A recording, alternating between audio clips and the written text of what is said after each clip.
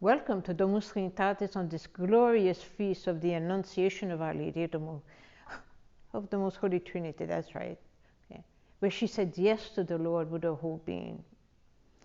The sin that we'll be looking at in this journey that we are undertaking during Lent, and what a journey has been for each one of us, something that we could not foresee, but to which we are invited into, is the sin of gluttony.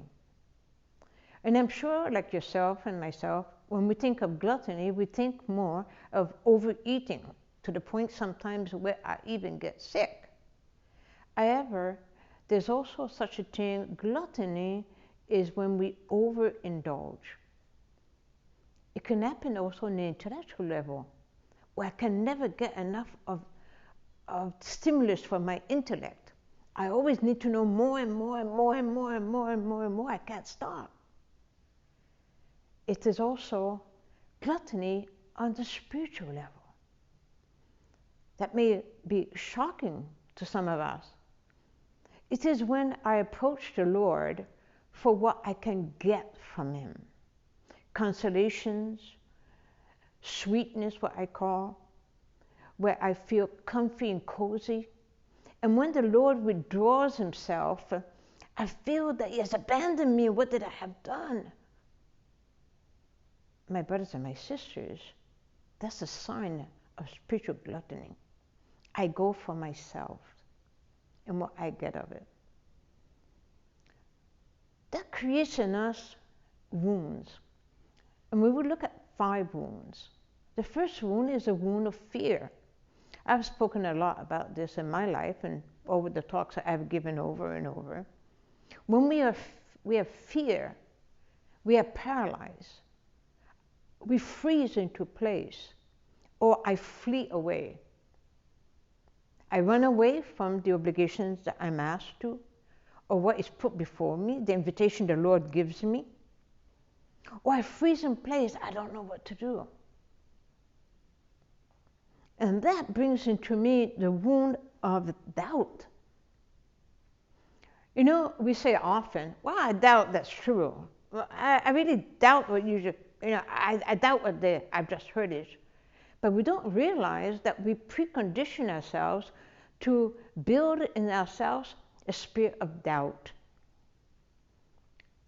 I doubt what is going on around me, and I even doubt myself, which creates in me the wound of unbelief. I don't believe. I don't believe that I'm capable of anything, and I don't believe that the world around me is capable of taking care of me, or even God is going to supply for me. And maybe right now what we're going through, this pandemic, is something that we're experiencing very deep within us.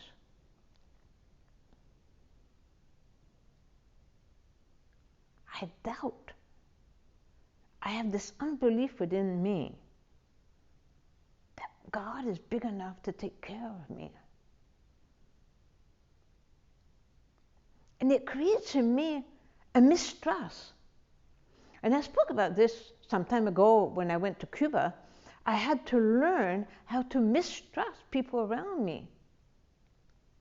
But I mistrust also the reality that God within me has put a capacity, something to which I can offer. I mistrust that God in His greatness and His generosity would provide for me. And it creates in me the wound of insecurity. And I would like to really ponder that more deeply, because I would say in myself, I see that a lot within my own person as I examine myself, as I reflected upon it. So I shun away. I feel that really I'm not capable enough, that I have not been given by God, my Creator, all the tools that I need to serve God's people, because He has shared with me His own mission by my very baptism. So I create in me also a certain sense that I feel that I'm not accepted, I'm not loved, I'm worth nothing.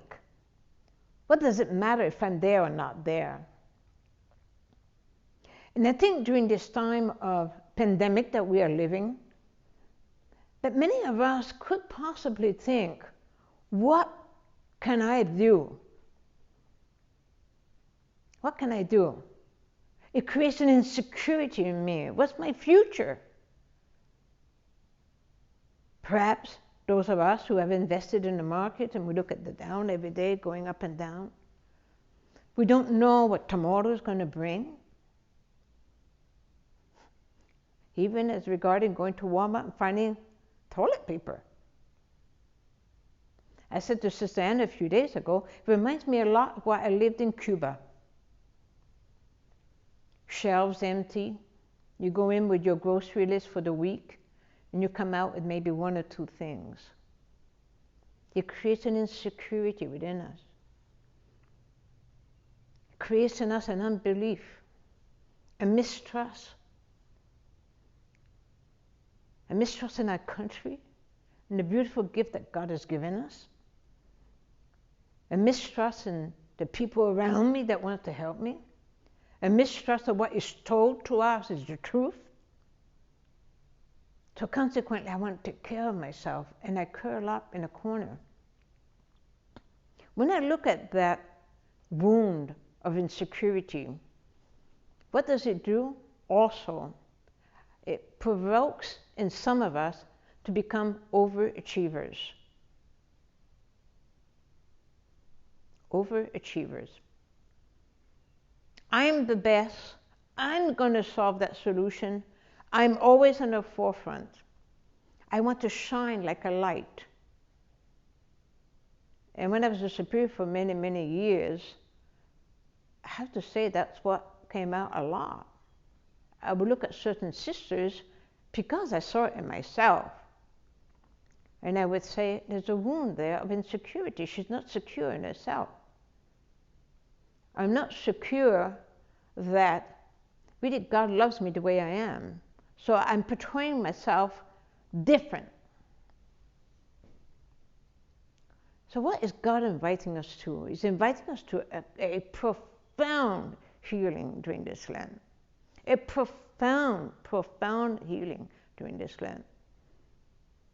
One of abstinence.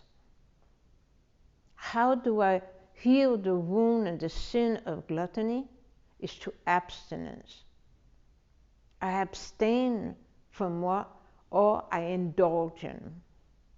It was easy in the beginning of Lent to give up chocolates. It's another scenario now, right? When you start looking at what we are called to abstain from. It's a different scenario. Okay. And how do I know that I'm in the process of healing? Is how do I feel secure? Safe. Am I safe? Can I say that my life is in God's hands? He will take care of me. He will lead me wherever He wants. And whatever happens, am I safe and secure with my brothers and sisters around me that perhaps I'm discovering for the first time in a long time? I'm safe enough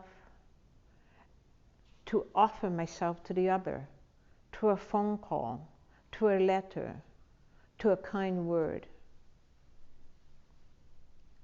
This Lent has been an incredible mystery and a journey.